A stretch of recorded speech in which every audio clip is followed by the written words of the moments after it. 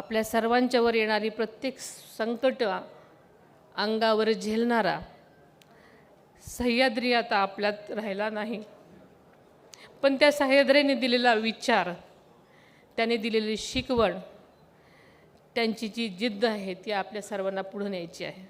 खरं तर दादा अचानक गेले आणि मोठं सगळ्या जबाबदारींचं ओझं ठेवून गेले.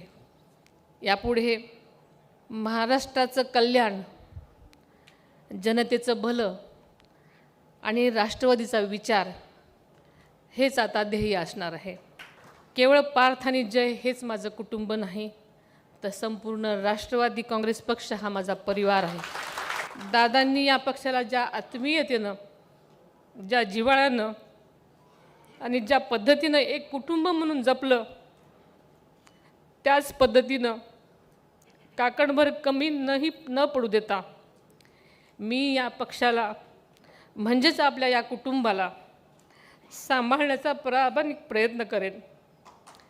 या निमित्तानं मी आपल्याला सर्वांना शब्द देते की उतणार नाही, मातणार नाही, घेतला वसा टाकणार नाही. कारण आदरणीय दादांचं स्वप्न पूर्ण करण्यासाठी आणि महाराष्ट्राला विकासाच्या शिखरावर नेण्यासाठी राष्ट्रवादी काँग्रेस पक्षाला सर्वोच्च स्थानी नेण्यासाठी आपण जीवापाड कष्ट करूयात, प्रयत्न करूयात.